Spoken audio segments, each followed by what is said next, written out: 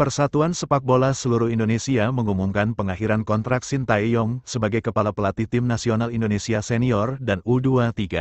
Keputusan ini dibuat berdasarkan pertimbangan yang panjang dan matang serta evaluasi yang dilakukan oleh Persatuan Sepak Bola Seluruh Indonesia dan Badan Tim Nasional secara menyeluruh terhadap performa tim dan tujuan jangka panjang yang ingin dicapai oleh Tim Nasional Sepak Bola Indonesia. PSSI berterima kasih dan menghargai semua kontribusi yang telah diberikan bagi pembangunan Tim Nasional Sepak Bola Indonesia.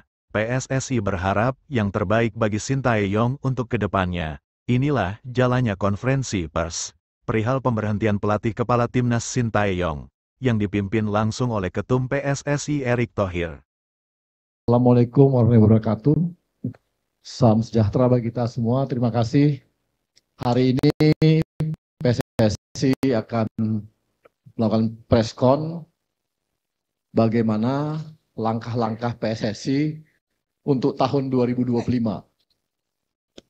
Di tahun baru udah pasti banyak langkah-langkah ke depan yang sudah kita planning, dan langkah-langkah ini akan kami sampaikan nanti kepada teman-teman. Semuanya akan disampaikan hal-hal yang memang dianggap perlu disampaikan.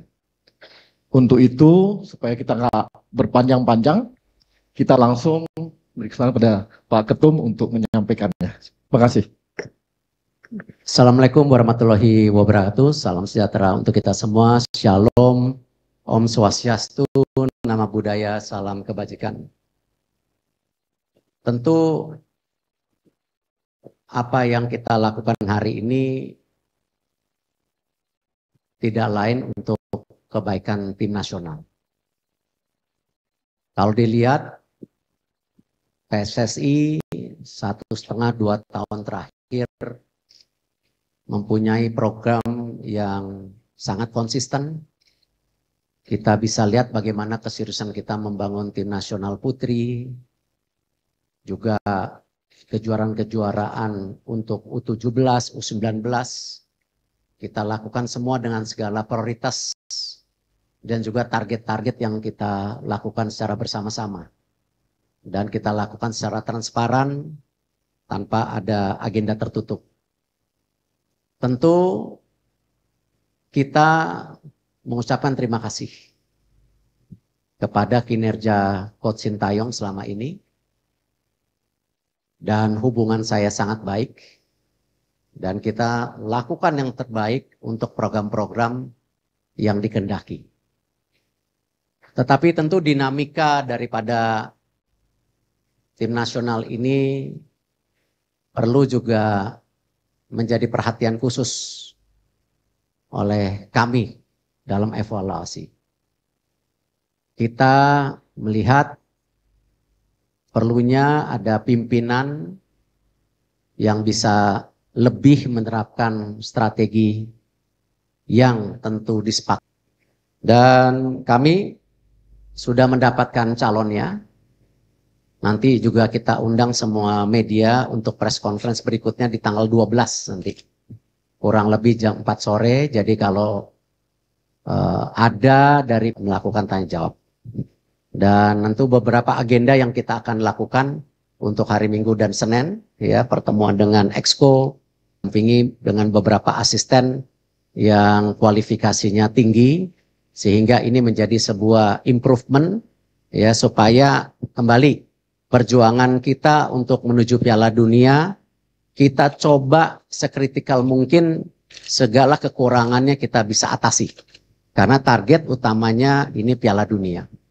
Dan keputusan ini bukan ya karena tentu tim nasional ini milik siapa-siapa, tetapi milik Indonesia. Tidak ada ya persepsi tim nasional ini milik Erick Thohir, milik PSSI atau milik coach, ya tidak. Tapi bagaimana kita memastikan semua dinamikanya ini kita ukur sebaik-baiknya sehingga hasilnya juga bisa lebih konsisten. Mungkin itu yang saya bisa sampaikan. Terima kasih. Wassalamualaikum warahmatullahi wabarakatuh. Baik, langsung saya berikan kesempatan bertanya kepada wartawan. Ya, satu. Ya. Kartu. Selamat siang Pak Erick, saya Majid dari Tribun News.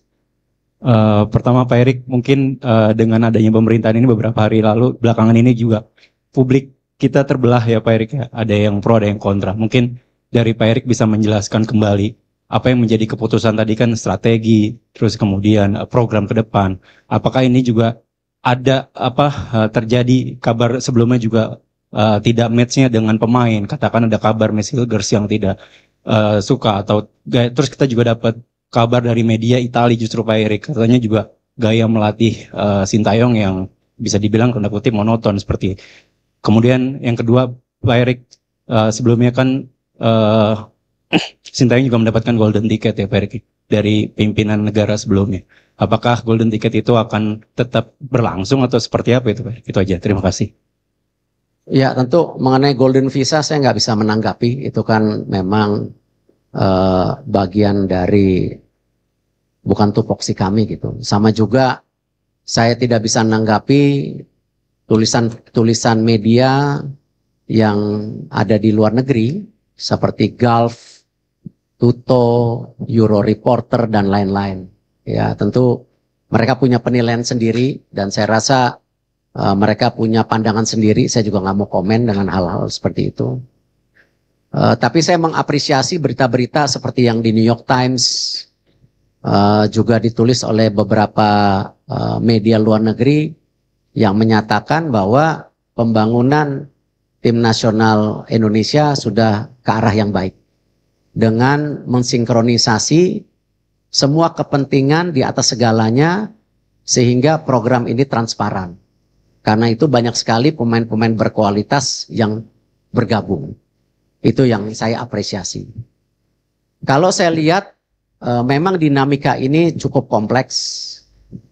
Kalau saja waktu itu kita mengambil keputusan yang tergesa-gesa mungkin kurang baik juga. Tetapi kita sudah dirasakan sejak pertandingan, bahkan sebelum pertandingan Indonesia melawan China. Ya, cuman waktunya terlalu mepet waktu itu.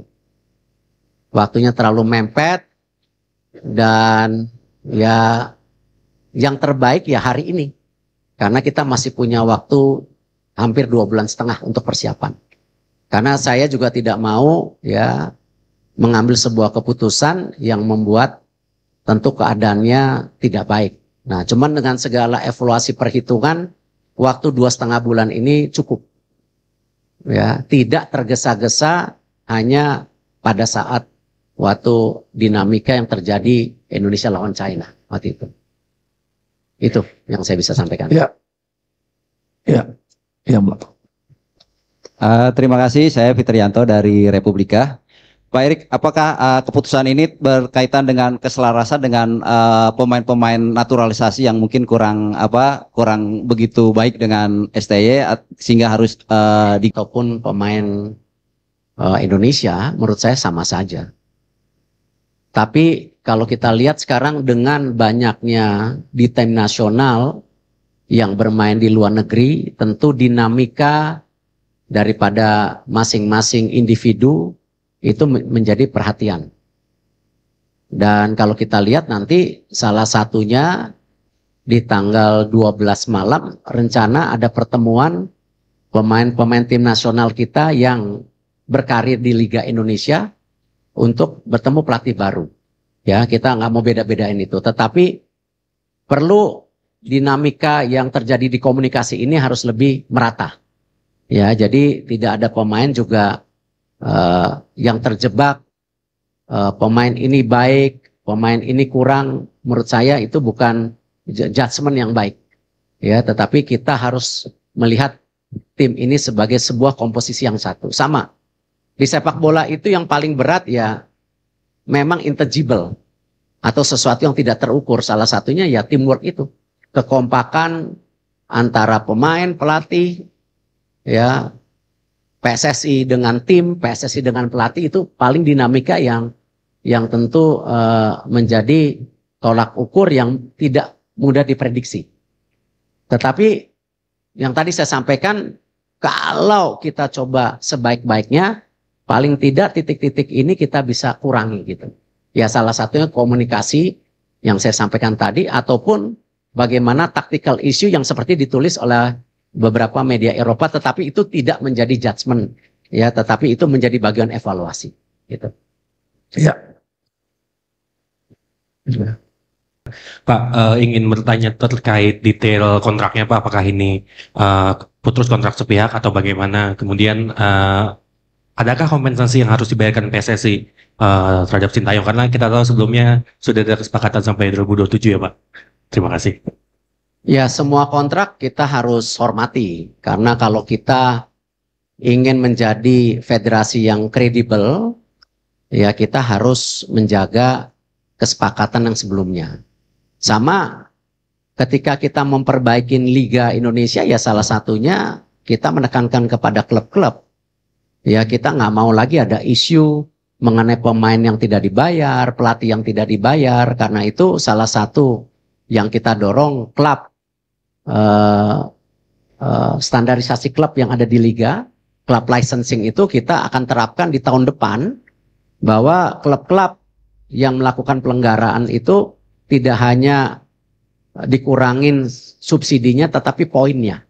Nah, kalau kita melakukan itu di liga, tetapi PSSI sendiri tidak respect dengan apa yang dikomit, ya saya rasa bukan menjadi contoh yang baik. Kita harus menghormati segala perkataan dan kontrak-kontrak tersebut. Jadi kita tidak akan, dan Pak Marji, Coach Sintayong tanda tangan surat terimanya.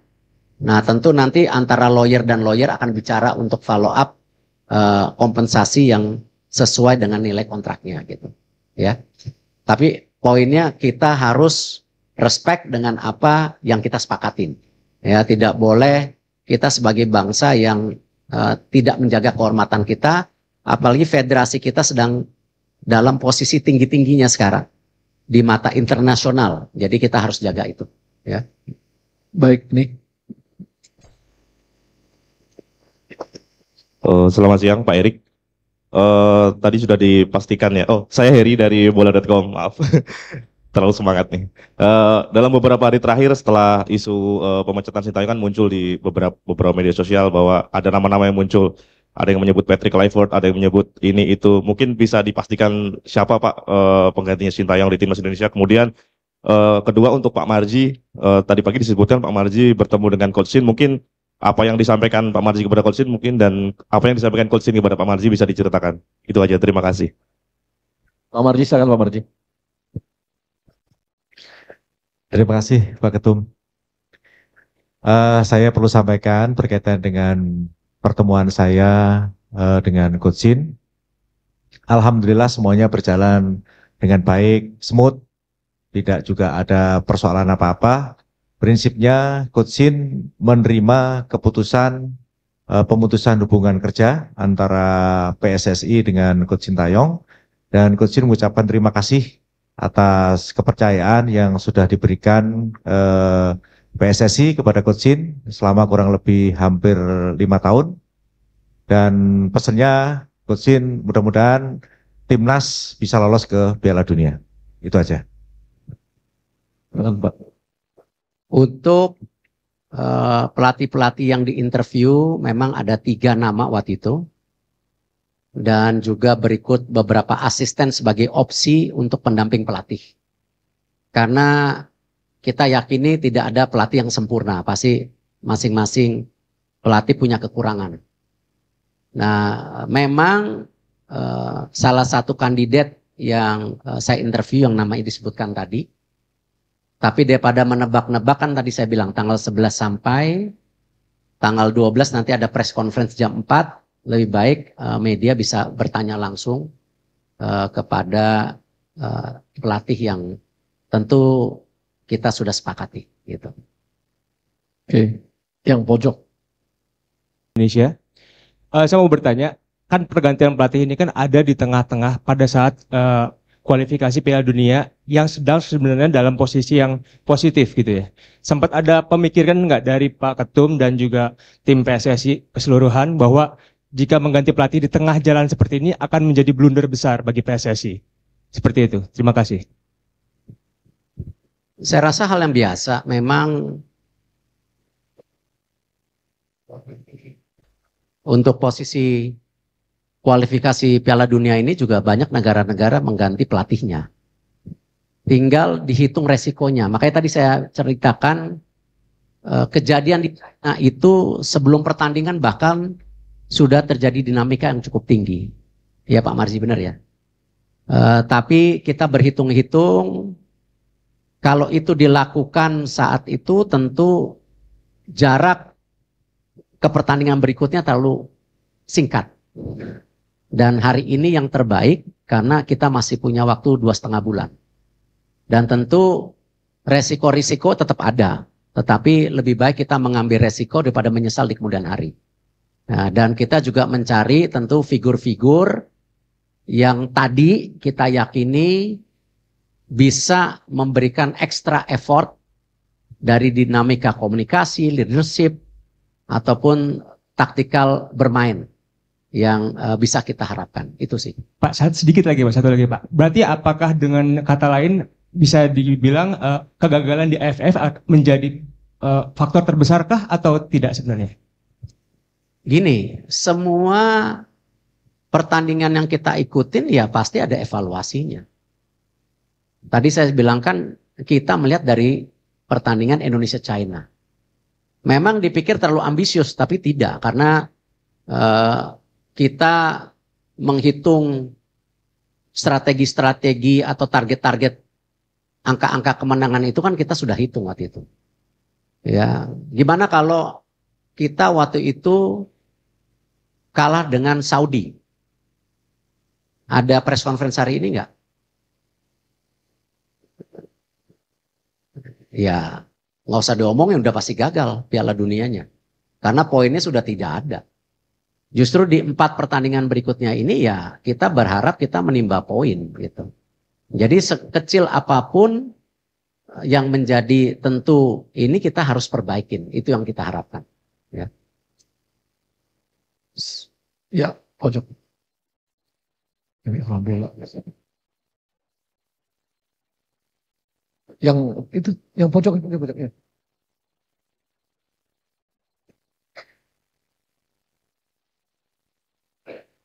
Selamat siang Pak Erik, Pak Sumarji, Pak Mali, Pak Yunus Nusi, dan Pak Arya.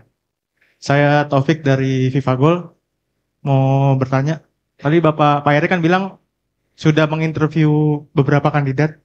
Mungkin itu waktunya kapan Pak? Dan apakah di interview itu ada permintaan atau jaminan untuk meloloskan Indonesia ke Piala Dunia atau akan bisa menerapkan taktik permainan yang menyerang? Dan untuk yang kedua, tadi Bapak bilang kondisi tim memburuk sebelum lawan Cina. Apakah kondisinya tidak membaik Pak sebelum menang lawan Arab? Terima kasih. Iya, kemarin saya mendapat izin dari Bapak Presiden, walaupun gimana kan saya menteri ya. Jadi kalau traveling ke luar negeri, saya izin. Saya mendapat kesempatan 5 hari kemarin ke sebuah negara di Eropa untuk buka warung istilahnya, ya, interview dan lain-lain. Dari tanggal 25 sampai 30. Kesempatan itu yang saya lakukan karena memang dalam menginterview pelatih itu tidak bisa dilakukan melalui video conference karena tidak dapat chemistry-nya. Harus berduduk one on one, dan bahkan sebenarnya yang saya tawarkan juga sengaja itu tanggal 25. Yaitu hari Natal sebenarnya. Bukan saya tidak menghormati hari besar, cuman itu bagian kita juga mengetes keseriusan dan komitmen. Dan saya mendarat jam 6.10 pagi, jam 10 udah buka warung istilahnya. Ya, dari 3 pelatih ada 1 yang datang. Nah itu yang saya lihat, wah ini poinnya lebih. Gitu, karena walaupun habis interview, dia pulang lagi ke negaranya. Ya, karena hari Natal kita harus hormatin itu. Dan saya juga tidak mau memakan waktu, biasanya interview 2 jam, 2 jam setengah cukup saya rasa. Kalau saya bicara detail mengenai dinamika ya saya rasa itu bukan hal yang perlu saya ceritakan detail. Takutnya nanti, tadi hubungannya baik-baik kok. Ya, saya respect Coach Sintayong, hubungannya baik gitu. Dan sepertinya tadi dilaporkan juga menerima dengan baik. Dispute seakan-akan habis manis pah dibuang gitu loh. Ya, saya nggak mau dalam itu karena apapun yang sudah dilakukan semua baik. Ya, dan saya berprinsip tidak mungkin tim nasional kita sampai sini mau yang putri, yang muda-muda, yang U17, U19, U23 tanpa program ya yang PSSI punya. Tapi PSSI menyadari tanpa pelatih yang baik tidak mungkin punya tim nasional yang baik. Tetapi tanpa kualitas pemain, ya mau programnya baik, pelatihnya baik, ya nggak jadi apa-apa. Karena pemain menjadi sebuah kualitas yang penting. Ya Manchester City tanpa Rodri kalah melulu tuh. Ya cuma satu Rodri berarti. Nah artinya apa? Ya memang ketiga balancing antara program, pelatih, dan kualitas pemain ini ya harus punya keseimbangan. Tidak bisa satu dan lainnya yang lebih menonjol gitu. Ya, jadi ini menjadi sebuah satu kesatuan gitu. Tinggal satu ya. Ya Mbak, yang cewek dulu. Tadi.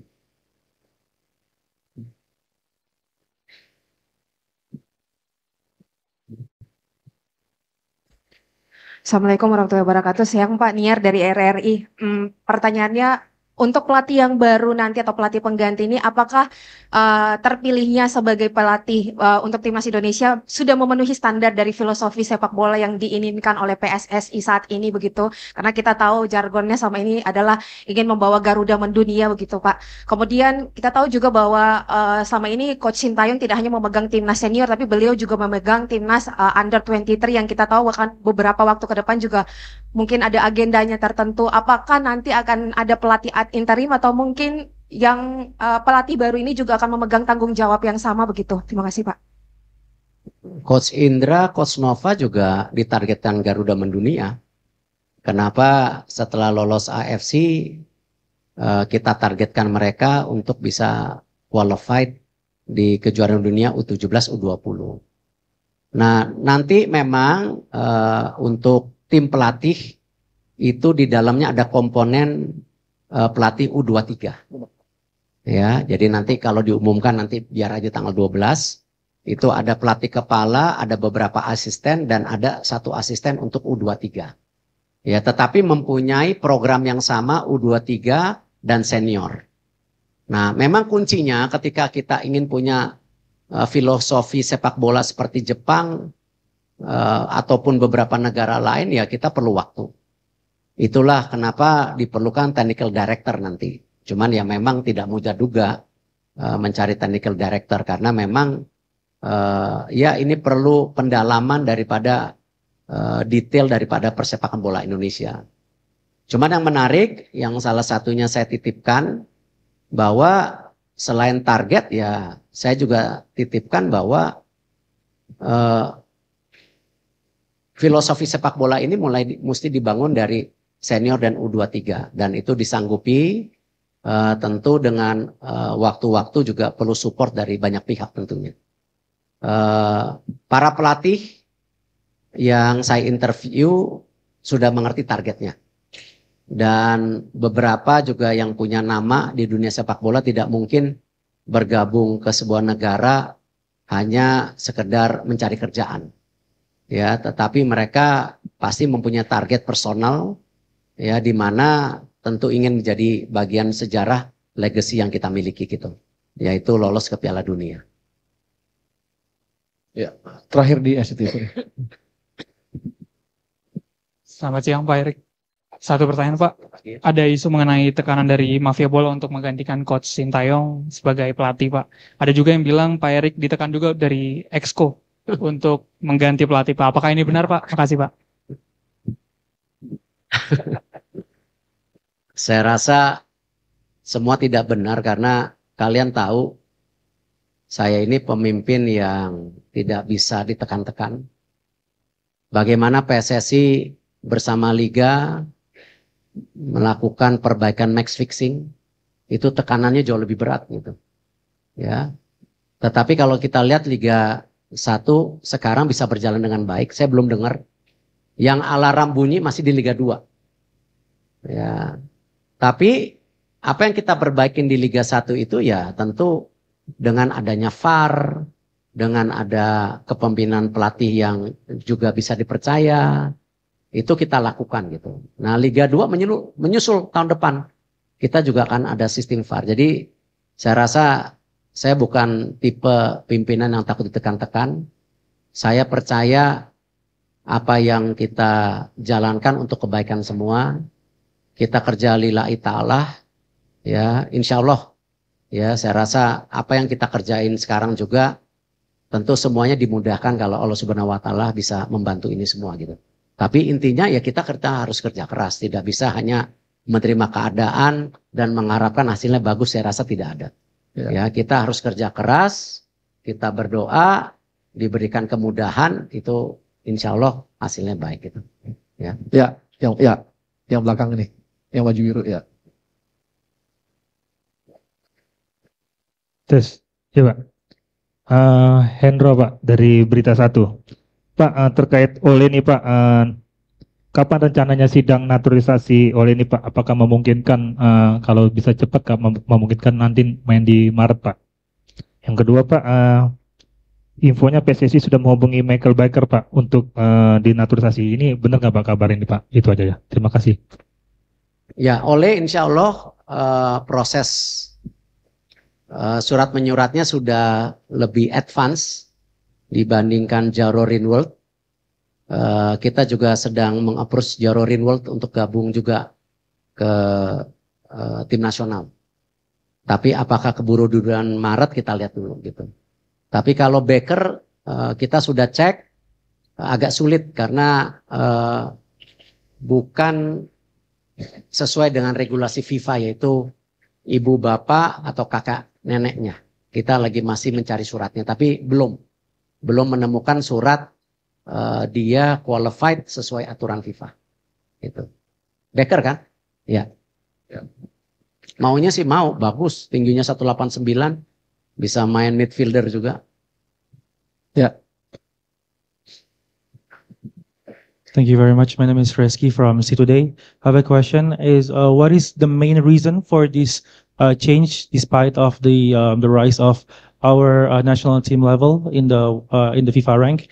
And the second is, and for the next candidate or the next coach, what is the expectation or the main focus of this improvement of the national team? Thank you. Hiring the next coach is the same. As we explained before, we are targeting to qualify to World Cup. And all the candidates that we interviewed during the 5 days I was in Europe, basically, most of them agree this is the target. This is why they agree to join the interviews. They have a serious to become the legacy on both sides, not only we as the countries, but also them as a personals. For changing clothes, coach, this is something actually we've been discussed for many months back.